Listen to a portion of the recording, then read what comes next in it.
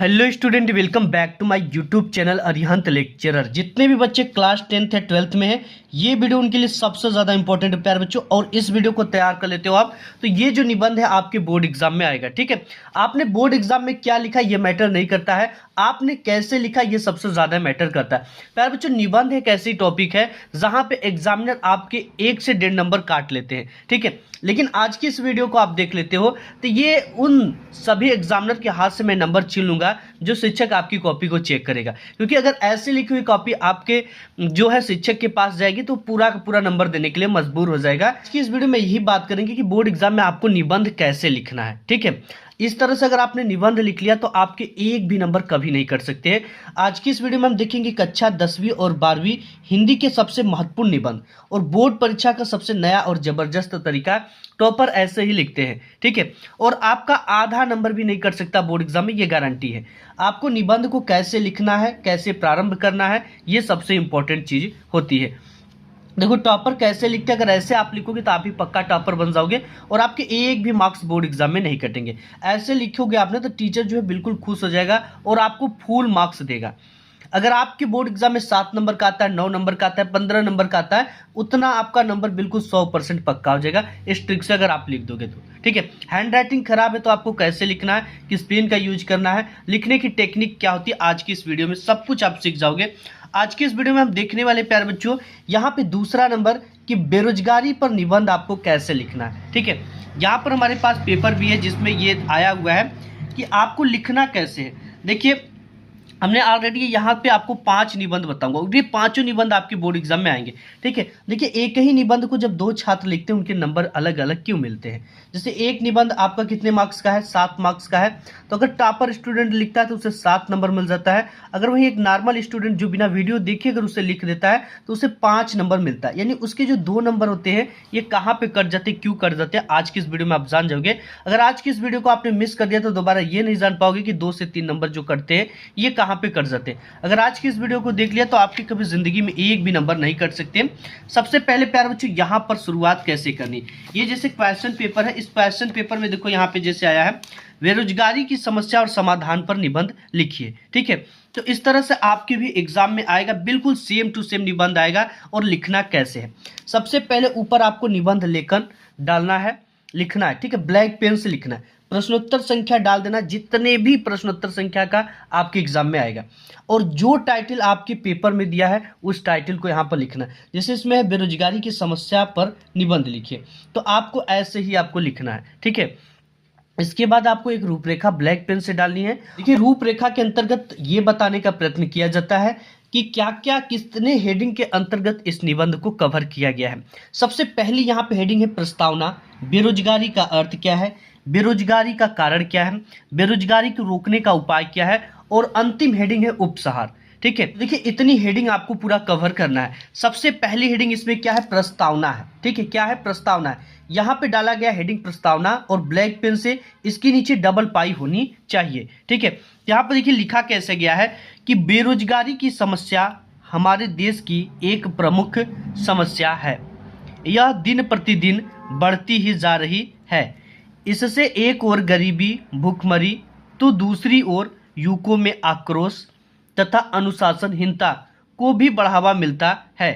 चोरी डकैती हिंसा एवं आत्महत्या आदि अनेक समस्याओं का मूल कारण बेरोजगारी है। देखिए आज हमारे समाज में बहुत सारे युवा हैं ऐसे हैं जिनको नौकरी नहीं मिल रही है, नौकरी की तलाश में है। ठीक है, और अगर नौकरी भी मिल रही तो ऐसी मिल रही जिससे उसमें उनको बहुत ज़्यादा काम दिया जा रहा है और वो काफ़ी ज़्यादा प्रेशर में आ जाते हैं। और जो बच्चा बेरोजगार होगा ना उसके मन में खुरापाती चीज़ें चलती हैं, क्या करे कि 4 पैसा आए, कैसे चलाए, कैसे जीवन का निर्माण होगा, कैसे शादी विवाह होगा, सब कुछ वो सोचता है। उस पर काफ़ी ज़्यादा घर का प्रेशर होता है, बाहर का प्रेशर होता है। ऐसे में जो कुछ बच्चे क्या होते हैं कि बिल्कुल जो होते हैं वो आक्रोश हो जाते हैं, अनुशासनहीनता उनमें बढ़ जाती है। ठीक है, वो चोरी करने लगते हैं, डकैती हिंसा लगेंगे करे। एवं कुछ बच्चे ऐसे भी होते हैं, ठीक है, कुछ लोग ऐसे भी होते हैं जो बेरोजगारी से तंग आकर आत्महत्या भी कर लेते हैं। ये सब बेरोजगारी का कारण है। ठीक है, अब देखिए बेरोजगारी का अर्थ क्या होता है, सबसे पहले ये जानना इंपॉर्टेंट है। बेरोजगारी का अर्थ जब कोई योग्य तथा काम करने के लिए इच्छुक व्यक्ति प्रचलित मजदूरी पर काम करने के लिए तैयार हो उसे काम न मिले तो ऐसी व्यवस्था को हम बेरोजगारी कहते हैं। एग्जाम्पल के लिए मैं बताता हूँ कि अगर आपने बीटेक किया है, ठीक है, आपने बीटेक किया है और आपको जैसे इंजीनियरिंग का कोई काम नहीं मिल रहा है, आपको कौन सा काम मिल गया, आपको कोई नॉर्मल काम मिल गया, ठीक है, जिसमें 400-500 मिलता है, तो ये बेरोजगारी है। ठीक है, अगर आपने BA 12 पढ़ा है और आपको लेबरई करना पड़ रहा है, लेबर का काम करना पड़ रहा है, हेल्पर का, तो ये भी बेरोजगारी है, क्योंकि आप योग्य हो कुछ करने लायक, लेकिन उस योग्य आपको काम नहीं मिल रहा है, तो आप बेरोजगार हो बच्चा। ठीक है, यही इसका अर्थ होता है कि अगर कोई पढ़ा लिखा हो और उसे उस लायक काम न मिले तो वो बेरोजगार की श्रेणी में आता है। अगर कोई कला के क्षेत्र में पढ़ाई कर ले और उसे कला का कोई काम न मिले, ठीक है, वो दुकान खोल कर बैठ जाए, तो वो भी बेरोजगारी के अंतर्गत आता है। तो ये सब बेरोजगारी का अर्थ है। तो यहाँ पे लिखा है कि देखो, जब कोई योग्य तथा काम करने के लिए इच्छुक व्यक्ति प्रचलित मजदूरी पर काम करने के लिए तैयार हो जाए, उसे काम न मिले तो ऐसी व्यवस्था, आगे देखते हैं पेज पर, तो यहाँ पर ऐसी व्यवस्था बेरोजगारी कहलाती है। देखो, बालक और वृद्ध, अक्षम एवं अपंग व्यक्तियों को बेरोजगारी की श्रेणी में नहीं रखा जा सकता है, क्योंकि यह काम करने की योग्य ही नहीं है। जैसे बालक है, इससे बालक से तो काम नहीं कराया जा सकता, और जो वृद्ध व्यक्ति है इनको बेरोजगारी के क्षेत्र में नहीं रखा जा सकता। जो अक्षम है, मतलब कि वो काम कर ही नहीं पाते, उनको भी बेरोजगारी में नहीं रखा जाता। और जो अपंग व्यक्ति, जिसके हाथ पैर से में प्रॉब्लम हो, हाथ पैर काम न करता हो, ठीक है, उन व्यक्ति को भी बेरोजगारी की श्रेणी में नहीं रखा जा सकता है, क्योंकि वह काम करने की योग्य ही नहीं है। इसीलिए जो उस तरह के लोग होते हैं उनको विकलांगता, दिव्यांगता मिलता है, ठीक है, पेंशन मिलता है। अब यहाँ पे बेरोजगारी का क्या कारण है?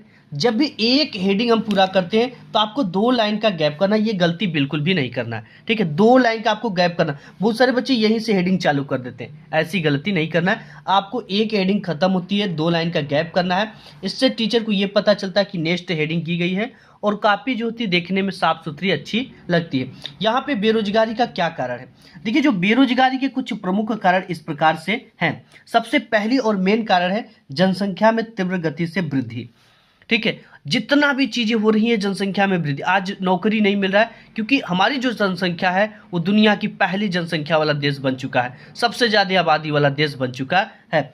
यहाँ जनसंख्या में तीव्र गति से वृद्धि, शिक्षा का अभाव भी होना, क्योंकि शिक्षा के अभाव के कारण लोग 10-10 बच्चे पैदा कर देते हैं, 10-10 बच्चे को जन्म दे देते हैं। ऐसे में जो है चीज़ों का अभाव होना तो ये है, जाहिर सी बात है। और वैज्ञानिक उपकरणों का अधिक मात्रा में उपयोग, और एक बेरोजगारी का ये भी कारण है कि जो चीज़ों को लेबर 10 दिन में करते थे, मजदूर 10 दिन में करते थे, आज उसको कुछ घंटों में JCB मशीन या बड़े बड़े उपकरण मशीन के द्वारा कर दिए जा रहे हैं। ऐसे में बेरोजगारी बढ़ना जाहिर सी बात है। ठीक है, उपयोग, अनेक प्रकार की मशीनों का निर्माण हो गया है आज के समय में। जैसे कि लोग पहले गेहूं की लवाई करते थे तो उसमें 10-10 दिन लग जाता था, आज हार्वेस्टर उसे 1 दिन में ही कर देती है। भारी संख्या में शरणार्थियों का आगमन, हमारा भारत एक ऐसा देश है जहां जो कि काफ़ी ज़्यादा लोग देश की बॉर्डर से मतलब कि सटा हुआ है।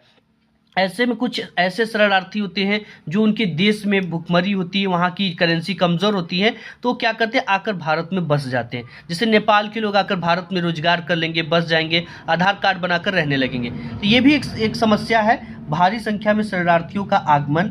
मानसून की अनियमितता, मतलब कि जो मानसून है ये अनियमितता है। हमारे यहाँ की जो बच्चियाँ होती हैं वो कम उम्र में ही परिपक्व हो जाती हैं, ठीक है, वो बच्चे देने की योग्य हो जाती है। तो ये मानसून की अनियमितता है, क्योंकि हमारे यहाँ की जो जलवायु है वो गर्म जलवायु है, ठीक है। वहीं विदेशों में जो बच्चियाँ होती हैं वो क्या करती हैं लड़कियाँ की 20 साल 22 साल के बाद वो क्या उन बच्चे देने की योग्य होती है। लेकिन हमारे यहाँ की जो जलवायु है ये गर्म जलवायु के अंतर्गत आता है। और श्रम की मांग एवं पूर्ति में असंतुलन, श्रम की मांग की जा रही है लेकिन उसकी पूर्ति में असंतुलन है, ये भी एक बहुत बड़ा कारण है। एवं सरकारी नौकरी में कमी इत्यादि, क्योंकि आज के समय में ना सरकारी नौकरी मिलना मुश्किल हो गया है। लगभग मिल तो रहा है लेकिन इस सरकारी नौकरी को अब संविदा में बदल दिया गया है, जिससे जो है कि पर्याप्त सैलरी नहीं मिलती है, अच्छी खासी सैलरी नहीं मिलती है। ये सब जितना चीज़ें मैं बता रहा हूँ आपको बनाकर लिखना है पूरी चीज़ें।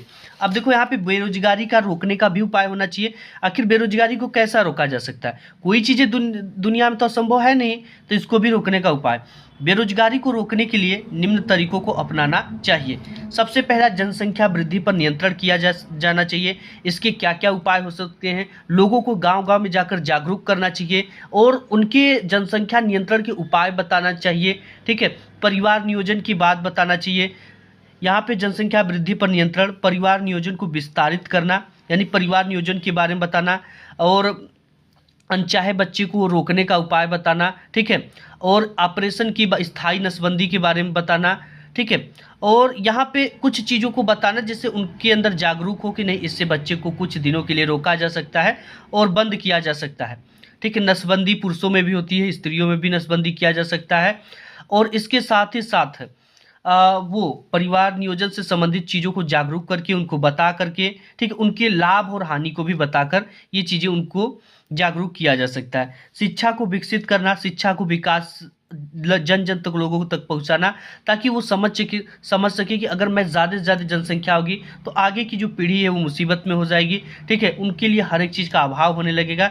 कुटीर उद्योगों का विकास करना, जो हमारे गांव में छोटे छोटे उद्योग होते हैं, जैसे उद्योग में आपका हो गया जैसे गमछे का निर्माण करना। ठीक है, कहीं कहीं गाँव गाँव में बहुत सारे गमछे के मशीन लगे होते हैं, गमछे का निर्माण करना, दिया सलाई का निर्माण करना।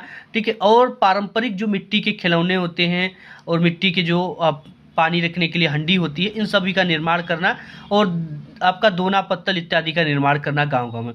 तो कुटीर उद्योगों का विकास करना, देश में व्यापक स्तर पर औद्योगिकीकरण करना, जिससे लोगों को रोजगार मिल सके, उस कंपनी में लोग काम कर सकें, शुरू करना। कृषि विकास के साथ साथ, नेक्स्ट देखते हैं पेज पे, देखिए, कृषि विकास के साथ साथ ये पशुपालन तथा मुर्गी पालन को भी विकसित करना। इससे होगा क्या, जैसे कि आपके खेत हैं, ठीक है, खेती कर रहे हो आप, खेती में बहुत सारे घास होते हैं, चरी भी लगा दिए, खेत में जो पशु के गोबर होते हैं उसे ले जाकर फेंक दिए तो उर्वरक बन गया।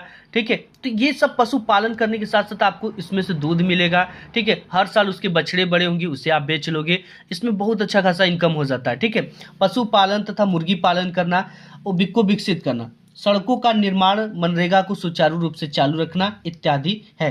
बेरोजगार, जैसे कि हमारे गांव में नहीं लगता मनरेगा, जिसे हम लोग मनरेगा कहते हैं, लोग उसमें जाते हैं, 80-90 दिन का काम मिलता है और करते हैं, और उसके बदले सरकार पैसा देती है। ये कुछ दिनों कुछ महीनों के लिए होती है और इसे सरकार को चाहिए कि रेगुलर करे, जिससे कि लोग बेरोजगार ना रहें। और लास्ट हेडिंग उपसहार है बच्चा, यहाँ पे उपसहार हेडिंग डालनी है 2 लाइन का गैप करते हुए। अब देखिए इसमें क्या बताया गया है, बेरोजगारी को दूर करने के लिए हमें एकजुट होकर प्रयास करना चाहिए एवं कम दरों पर काम नहीं करना चाहिए। ये देखिए सबसे इंपॉर्टेंट चीज़ होता है कि देखिए क्या होता है ना कि जो जहाँ पे बड़ी संख्या में मजदूर इकट्ठे हो जाते हैं तो वहाँ पे लोग कहते हैं कि यार मजदूर तो बहुत ज़्यादा है, उनकी मजबूरी है। ऐसे में वो क्या करते हैं, अगर आपकी 500 मजदूरी है तो कहेंगे 300 में चलोगे, 300 में काम करोगे। ऐसे में आपको सीधा का सीधा मना कर देना, सभी मजदूरों को एकजुट होकर ये तय कर लेना है कि अगर इससे कम कोई देता है तो हमें नहीं जाना है। ऐसे में वो जान जाएगा कि इनकी फिक्स रेट है तो आपको कभी कम देने का प्रयास नहीं करेगा। लेकिन हमारे समाज में लोग क्या करते हैं, चला यार 350 देव, 450 देव, चलो काम केला, तो लोग चल देते हैं। ठीक है, इन सब चीज़ों से बचना चाहिए। हमें स्वयं का एक छोटा धंधा भी शुरू करके लोगों को रोजगार देना चाहिए। बहुत सारे गांव में कुटीर उद्योग है, वैसा आप धंधा खोल सकते हो, या बहुत सारी ऐसी चीज़ें जो सांस्कृतिक से जुड़ी है। ठीक है, आजकल तो बच्चे क्या करें कि गाँव में लोगों से सूप बनवाकर ऑनलाइन बेच दे रहे हैं। ठेकवा, बिहार के लोग ठुकवा जो होता था वहाँ का, उससे बनाकर ऑनलाइन फ्लिपकार्ट अमेजन पर बेच रहे हैं। तो ये सब भी एक रोजगार है। ठीक है, पैकिंग का काम उनको दिए, लोगों को बनाने का काम दिए, और देश विदेश में अपनी चीज़ों को बेचने का काम कर रहे हैं। तो ये सब बेरोजगारी को दूर करने का उपाय है। ठीक है, छोटा छोटा कुछ चीज़ों का काम शुरू करके लोगों को रोजगार देना चाहिए, तथा बहुत ज़रूरत पड़ने पर मशीनों का उपयोग करना चाहिए। ज़्यादा से ज़्यादा मजदूरों को रोजगार देना चाहिए। इन सब तरीकों से हम बेरोजगारी की समस्या को दूर कर सकते हैं। ऐसे आपको बोर्ड एग्जाम में निबंध लिखना है। वीडियो पसंद आए तो लाइक करना, अपने दोस्त यारों में से शेयर करना। मिलूंगा एक नेक्स्ट वीडियो में, तब तक के लिए धन्यवाद।